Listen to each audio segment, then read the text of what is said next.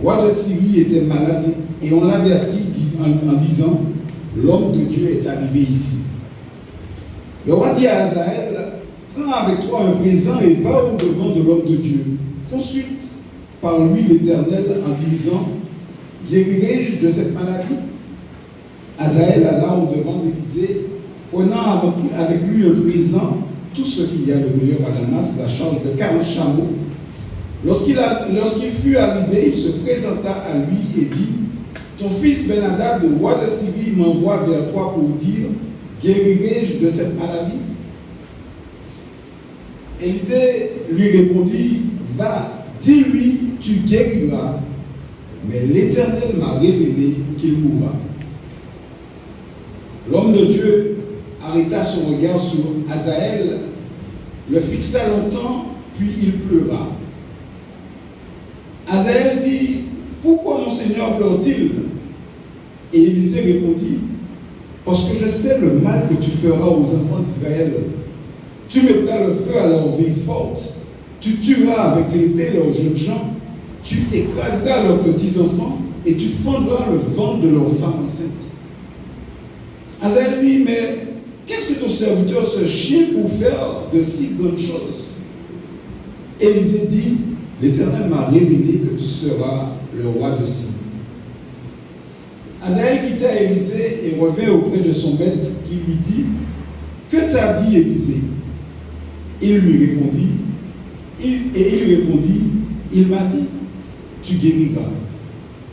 Le lendemain, Hazaël prit une couverture qu'il plongea dans l'eau et il l'étendit sur le visage du roi qui mourut.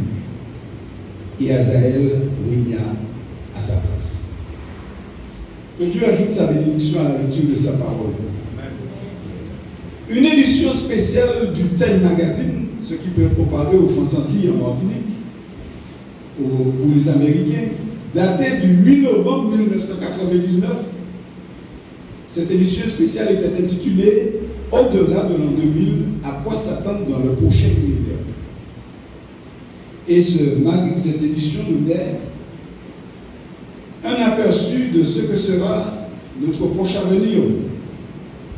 La projection dans l'avenir des rédacteurs du Time et des sociologues de l'époque ne présentait pas une belle vision.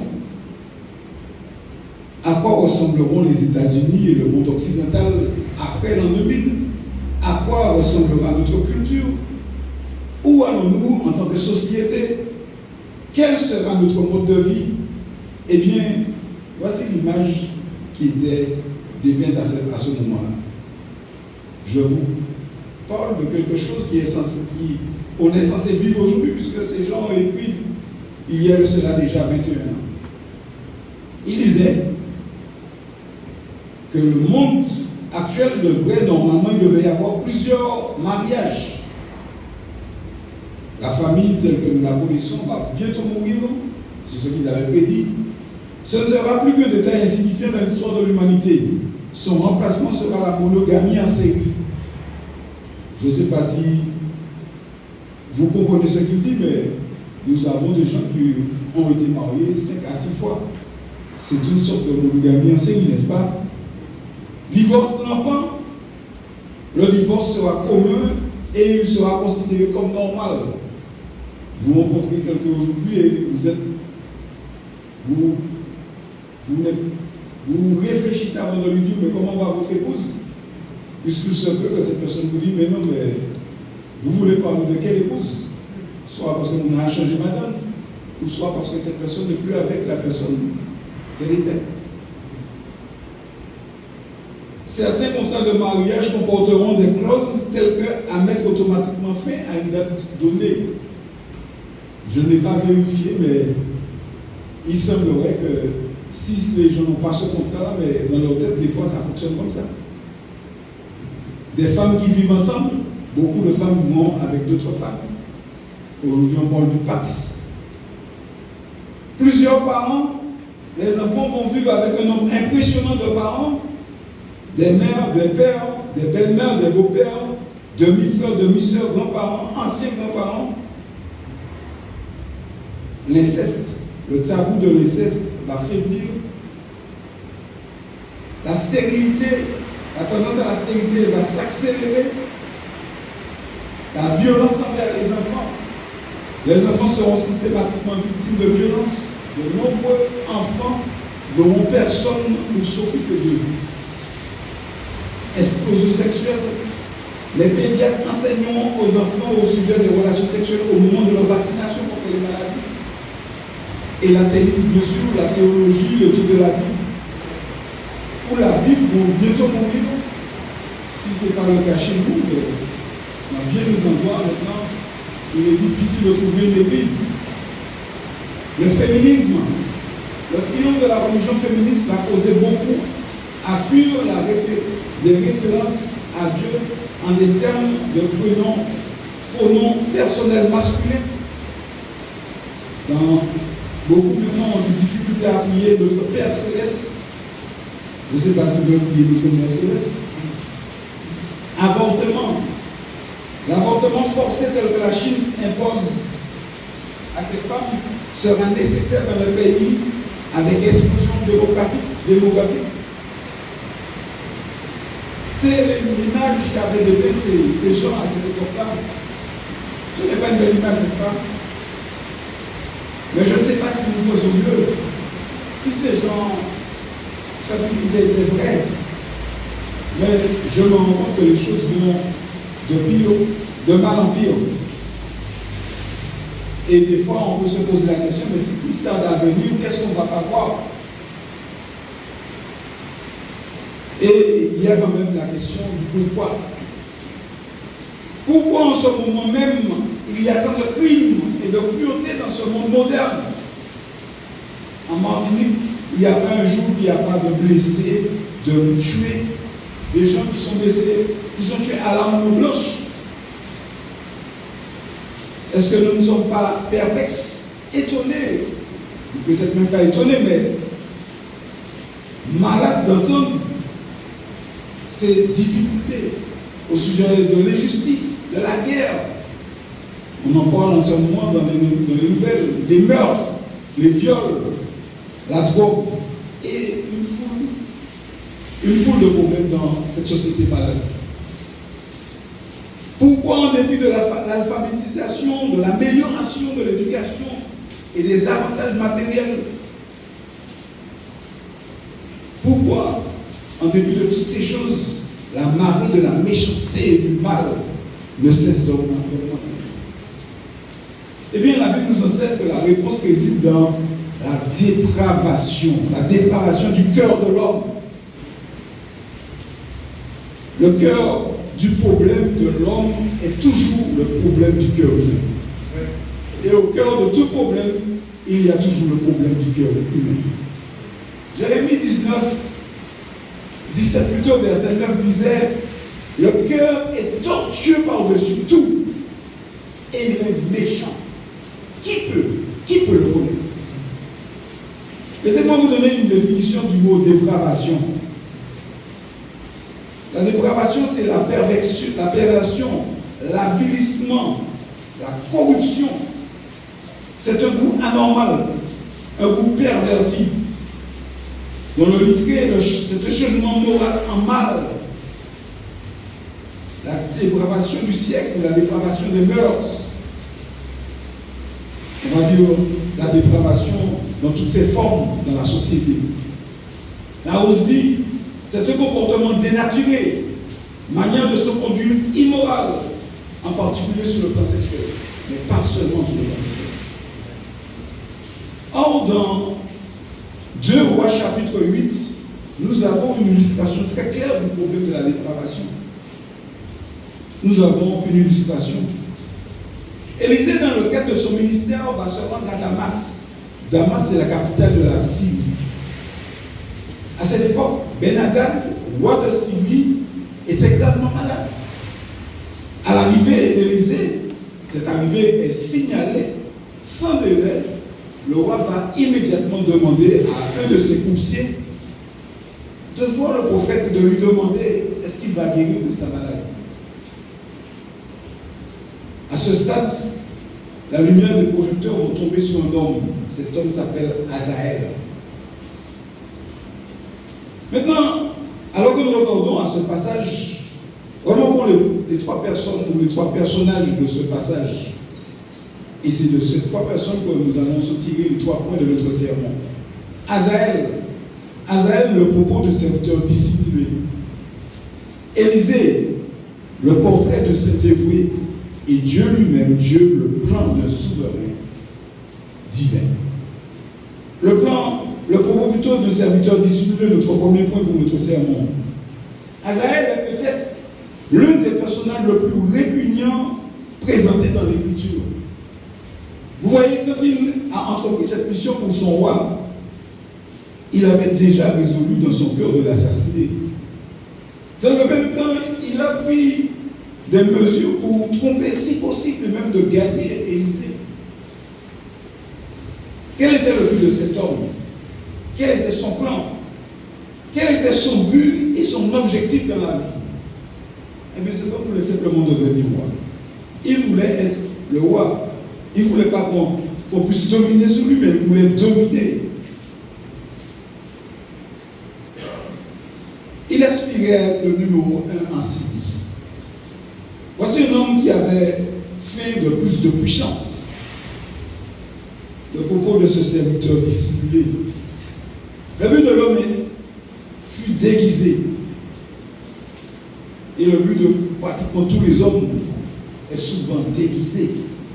Puisque nous parlons à travers d'Azaël de tous les humains. N'est-ce pas le cœur humain qui est exercé au déguisement, à la tromperie? C'est vrai que le Covid aujourd'hui nous fait mettre un masque, mais généralement l'homme vit constamment avec des masques. Il faut que le croyant puisse abattre tous les masques. Quand nous rencontrons Azaël dans ce passage, on ne l'aurait jamais soupçonné d'avoir planifié dans son cœur déjà ses actes de meurtre. En fait, il est au service de l'homme dont il a l'intention d'assassiner et d'usurper le pouvoir, le trône. Sans doute, il était un serviteur de confiance. Sans doute, il s'agissait de quelqu'un à qui Ben-Hadad pouvait se confier, demander conseil, demander direction. Appuyez pour un homme, et puis c'est ça va regarder. Oui, de coup d'œil, cet homme vous ferait croire qu'il était généreux, obéissant, respectueux, courtois. Mais le vernis de respectabilité qui couvrait son cœur, ce cœur était désespérément méchant. Avez-vous déjà été dans un champ? Et quelquefois j'aime à faire cela. Vous voyez une belle pierre plate. Vous soulevez cette pierre. Qu'est-ce que vous voyez en dessous? Des insectes hideux qui courent parce qu'ils ne veulent pas supporter la lumière. Si le bouclier de la respectabilité se trouvait soudainement retiré de chacun de nous, cela allait nous laisser à nu et à découvert devant le Dieu avec qui nous avons affaire.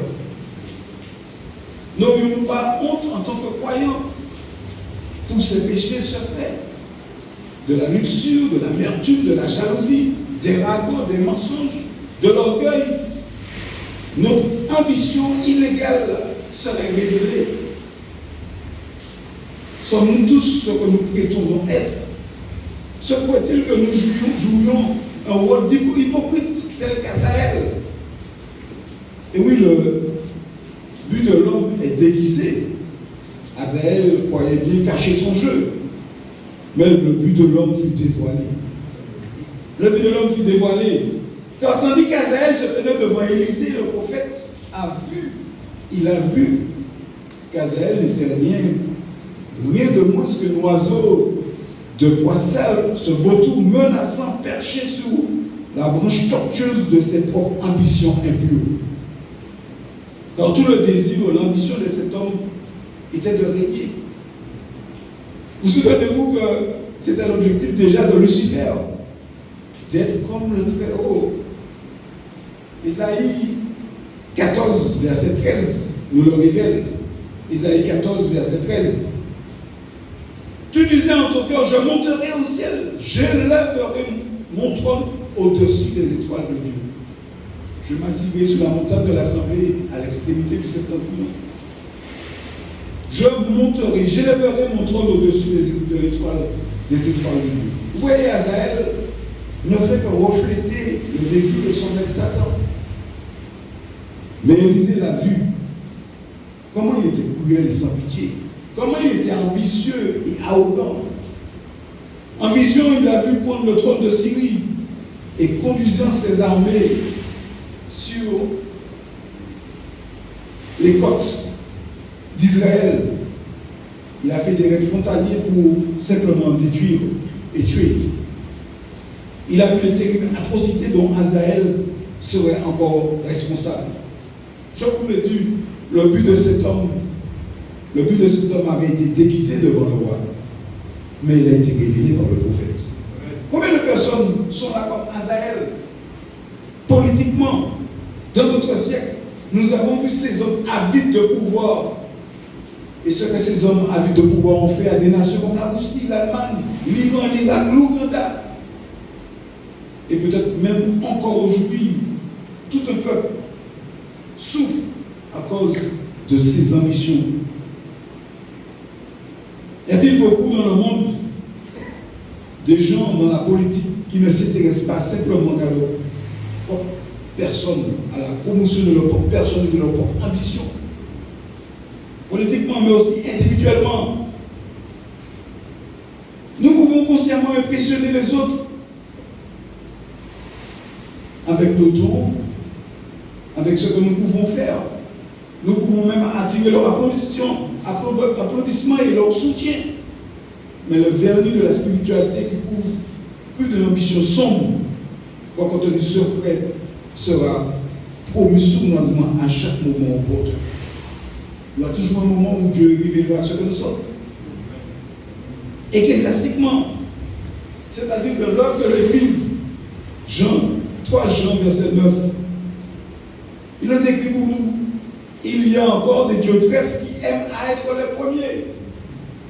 Il disait, j'ai écrit quelques mots à l'Église, mais dieutrefes qui aiment à être le premier. Il ne faut pas voir en dieutreffe le pasteur de l'Église, non? Mais c'est lui qui aime à être le premier.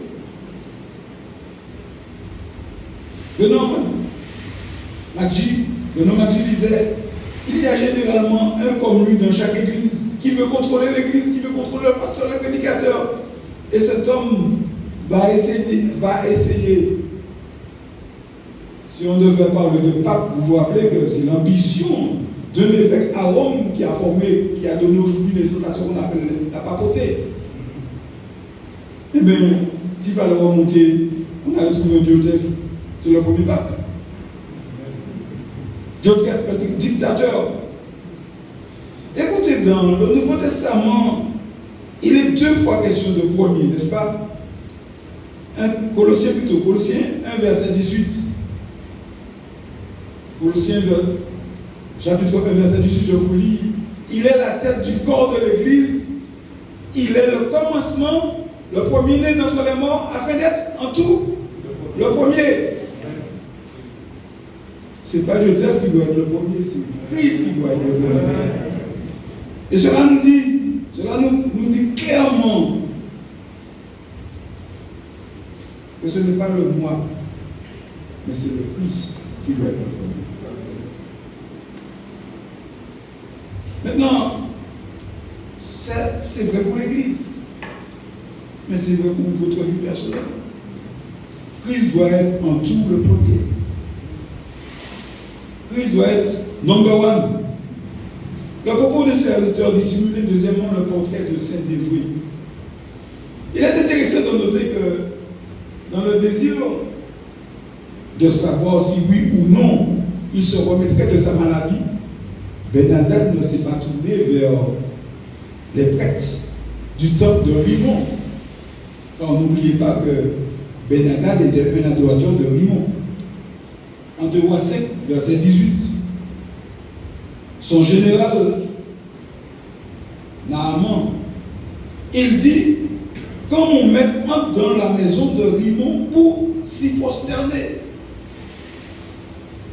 Autour de vous, regardez bien.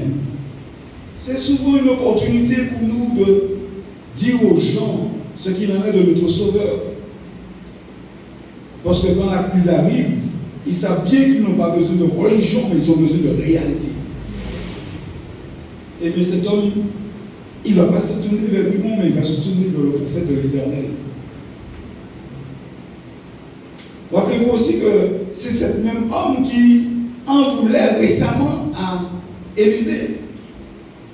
2 Rois 6, verset 13. Mais je disais, mais comment le roi d'Israël sait mes gestes, tous mes gestes et mes faits? Parce qu'il y a un homme de Dieu qui lui disait, et c'était Élisée. Donc, il en voulait à cet homme. Et souvent, les croyants nous en veulent. Mais les difficultés, les problèmes arrivent, ils savent vers qui se tourner. Et le serviteur de Dieu ne va pas se détourner. Il va répondre. Maintenant, il cherche de l'aide auprès d'Élisée. Prends avec toi un présent et va, présente-toi devant l'homme de Dieu. Il sait que c'est l'homme de Dieu. Vous croyez que je ne sais pas qui vous êtes? Il sait que c'est l'homme de Dieu. Consulte par lui l'Éternel en disant, guéris de cette maladie. Comme je le réitère, il n'a pas consulté lui-même pour savoir s'il ira à la tombe. Il a consulté l'Éternel. Mais ce qui est encore plus intéressant pour nous, c'est que Élisée, même en territoire ennemi, est présenté comme l'homme de Dieu est arrivé ici. L'homme de Dieu est arrivé ici. Voici le premier aperçu que nous avons d'Élisée à Damas. Mais en parlant d'Élisée, il faut savoir que Élisée avait un caractère pieux. Élisée avait un caractère pieux. Écoutez encore le cri qui a résonné dans les rues de Damas et pénétré dans la salle du royaume. Il n'aurait jamais su si quelqu'un n'était venu me lui dire l'homme de Dieu est arrivé ici. Élisée est désormais considéré, même en Syrie, comme l'homme de Dieu. Je crois que dans l'ère psychédélique dans laquelle nous sommes aujourd'hui, quand on parle de l'homme de Dieu, on a tendance à penser à quelque chose de bizarre ou de primitif.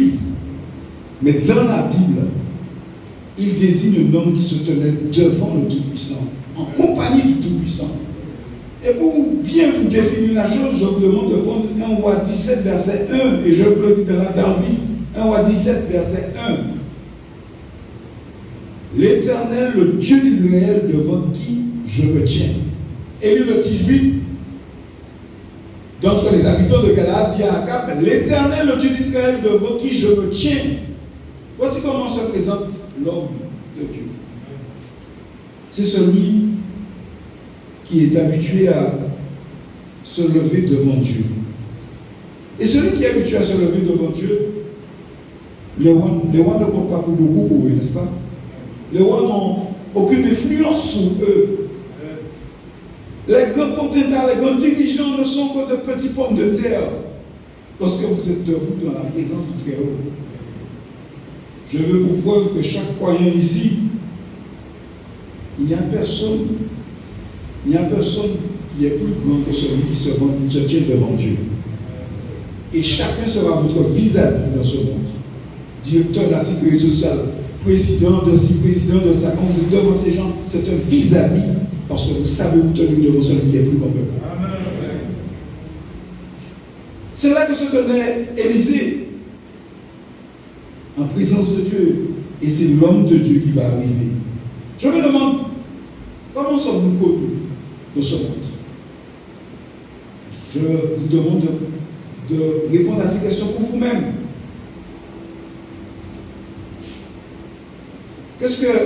Comment les gens vous voient dans vos activités quotidiennes?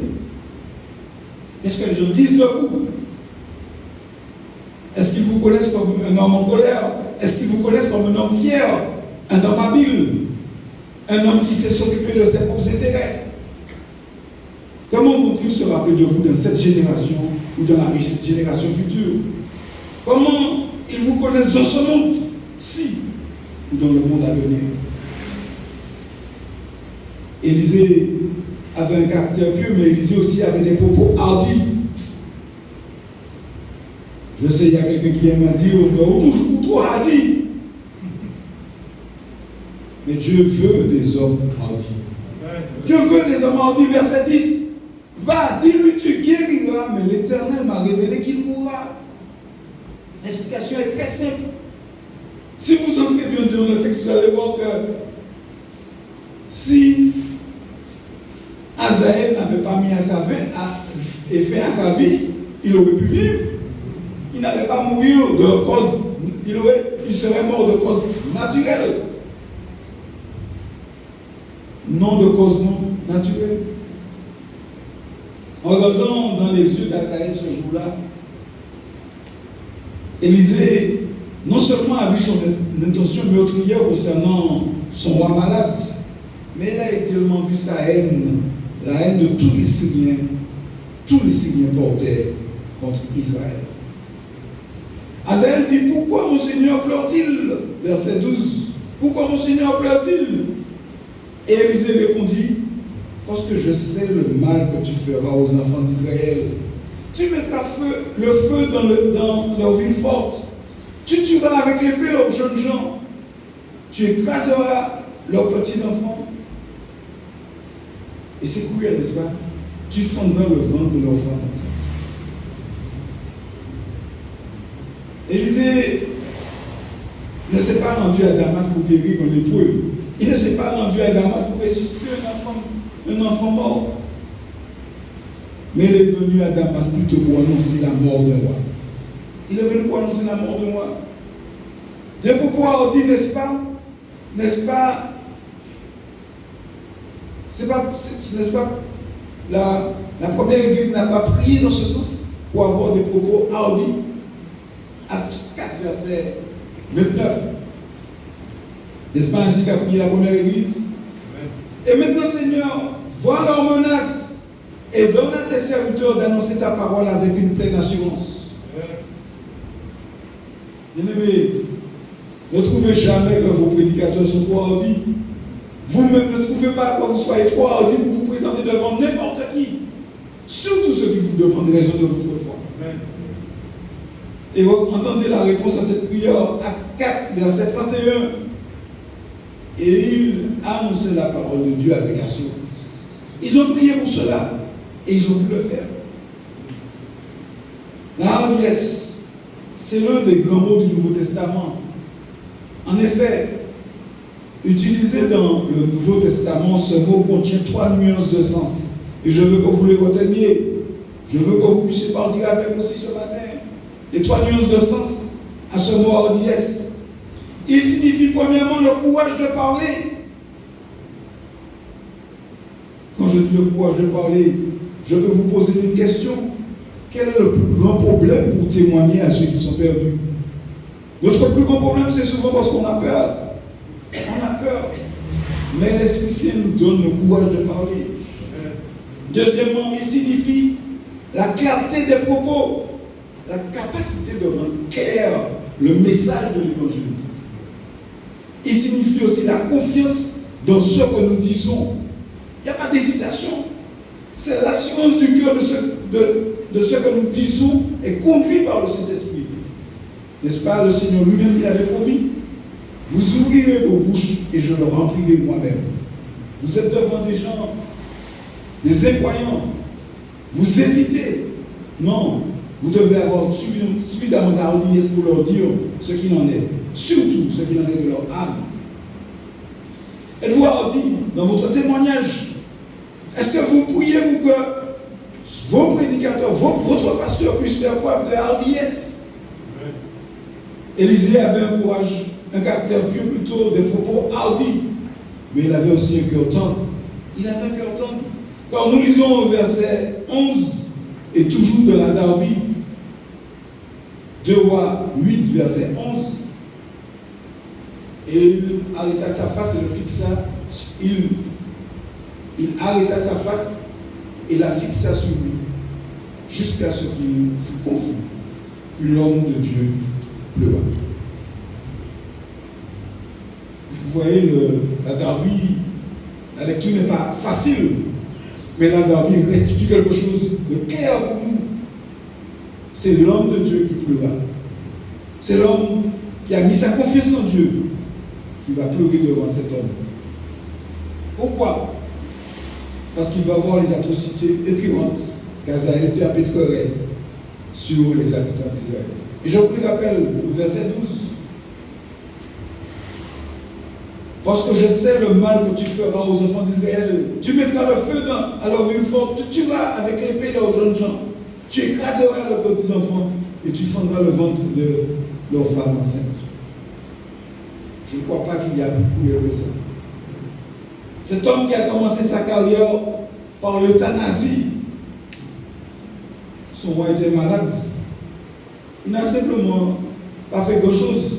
L'homme mourant faible, il a simplement trempé un drap, une couverture de l'eau et l'a mis sous son visage.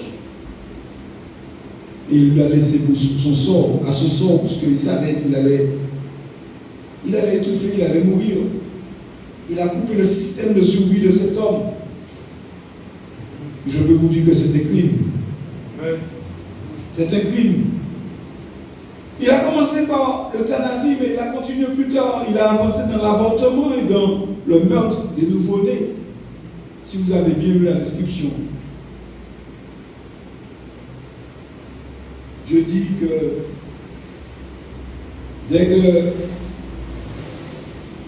dès qu'il y a fécondation, ce petit être a déjà une âme, est déjà une personne pour lui. Et cet homme ne s'est pas gêné pour détruire cet être. Ma question c'est, nous lisons qu'Élisée pleura, mais qui est-ce qui n'allait pas pleurer en voyant ces horreurs sur son pays, sur son peuple? Les horreurs d'Azaël sont aussi venues sur notre pays. Vous savez ça? Bien-aimés, analysez bien. Notre pays coule sous le fardeau de l'alcool, de la drogue, des avortements aussi. Et certains même osent parler d'homicide par compassion, de l'euthanasie. Mais où sont les hommes de Dieu qui aujourd'hui pleurent sur la Martinique? Où sont les croyants qui sont accablés par l'état spirituel et moral de notre pays? Où sont ces gens? On ne les trouve même pas des fois sur le lieu de prière. Et aujourd'hui, on a grand besoin de prière pour notre pays. L'homme de Dieu pleura. Il a pleuré à cause des aurores temporelles plutôt, qui allaient venir sur Israël. L'horreur temporelle. Ma question c'est, est-ce que nous pleurons sous les horreurs éternelles qui viennent sur les âmes des perdus? La parole de Dieu nous le révèle. 2 Thessaloniciens 1, verset 9. Ils auront pour châtiment une ruine éternelle, loin de la face du Seigneur et de la gloire de sa force. N'est-il pas temps pour nous de nous réveiller et de comprendre que chaque âme a besoin d'entendre l'évangile salvatrice de Dieu?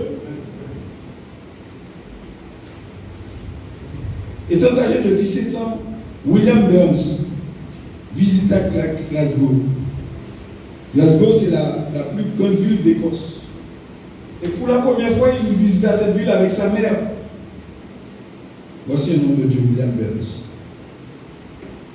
Il avait 17 ans. Il fut très ému à cause de nombreux visages tristes qu'il a vus. Vous arrivez dans une grande ville et vous regardez les gens.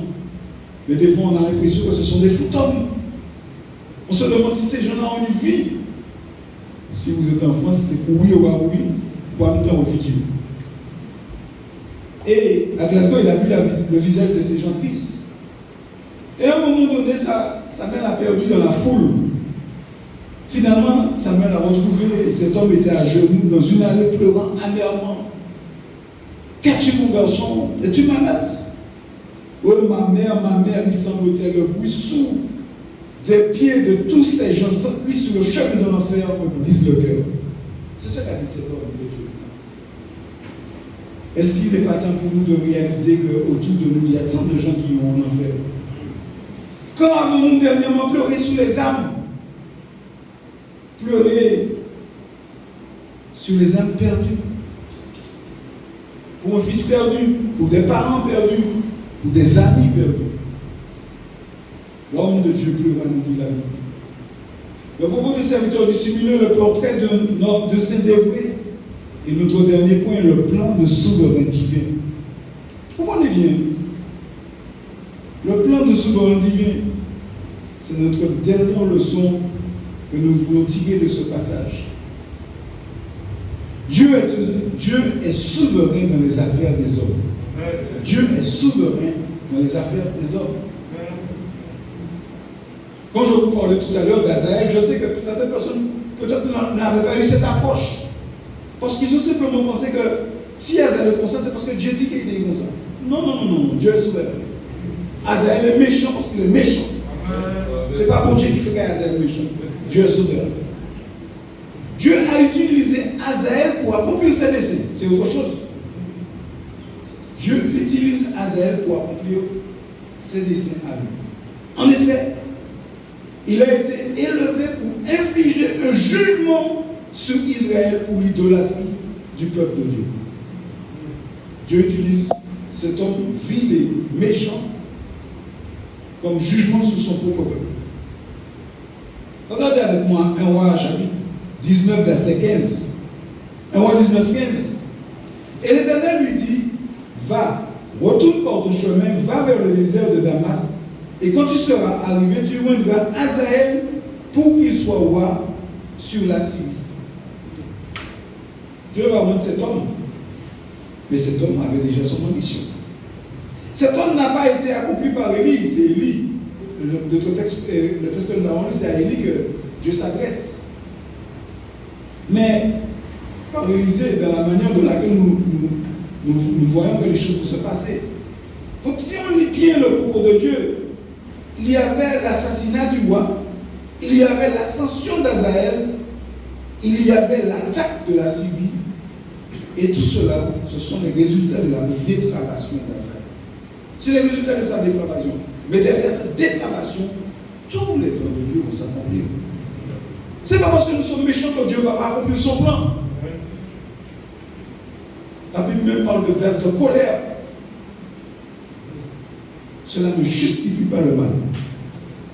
Nous sommes appelés à nous repentir du mal.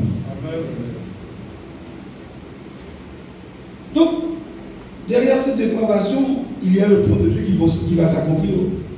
Et vous voyez là le peuple que Dieu utilise, les Syriens. Ces gens sont parfois méchants, parce que ce n'est pas le seul peuple que Dieu va utiliser.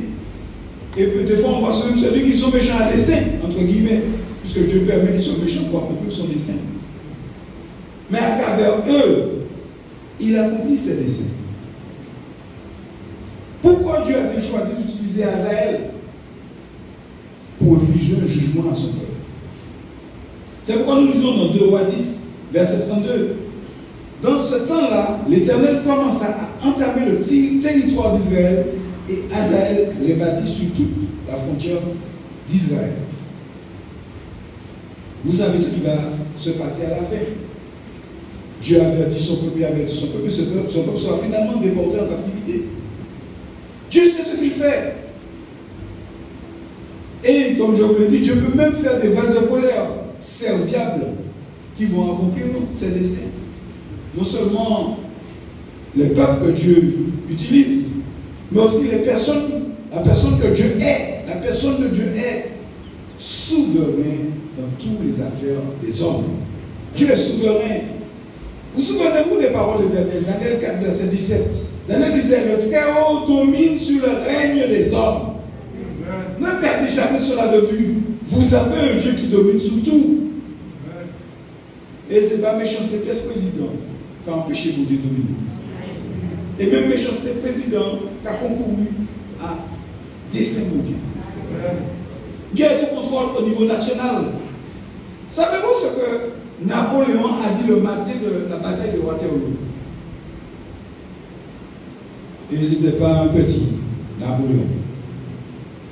Napoléon, qu'est-ce qu'il a dit? Il a dit, écoutez bien cet homme.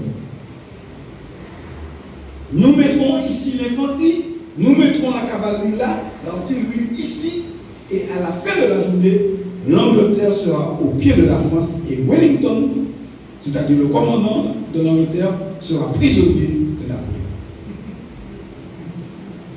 Alors, Qu'est-ce que le commandant va lui dire? Le commandant va lui dire, mais nous devons ne pas oublier que l'homme propose et Dieu dispose. Et cet homme, Napoléon, avec une orgueilleuse arrogance, le dictateur il va s'étirer et il va dire, je veux comprendre, monsieur, que Napoléon propose et que Napoléon dispose. Voici l'homme dans ce que l'homme peut produire. Et vous savez ce qui s'est passé? Dieu envoya la pluie et la grêle de telle sorte que les troupes françaises ne pouvaient pas manœuvrer comme prévu. Ce n'est pas que c'était impossible pour Napoléon. Ce que Dieu dit, ça fait qu'il est possible. Et le soir de la bataille, c'est Napoléon qui fut prisonnier de Wellington. Et la France fut au pied de l'Angleterre. Après ça, ce n'est pas pour dire que je ne suis pas français, mais je ne suis pas pour l'orgueil. Amen. Conclusion. Dieu est au contrôle. Dieu est au contrôle nationalement. Êtes-vous inquiet au sujet des élections? Êtes-vous inquiet au sujet de qui sera le prochain président? Faites confiance à lui. Dieu sera toujours au contrôle. Il est au contrôle nationalement, il est au contrôle personnellement. Romains 8, verset 28. Romains 8, verset 28. Nous lisons, nous savons du reste que toutes choses concourent au bien de ceux qui aiment Dieu, de ceux qui sont appelés selon son dessein. Dieu est au contrôle. Et parce que Dieu est au contrôle, regardons à lui.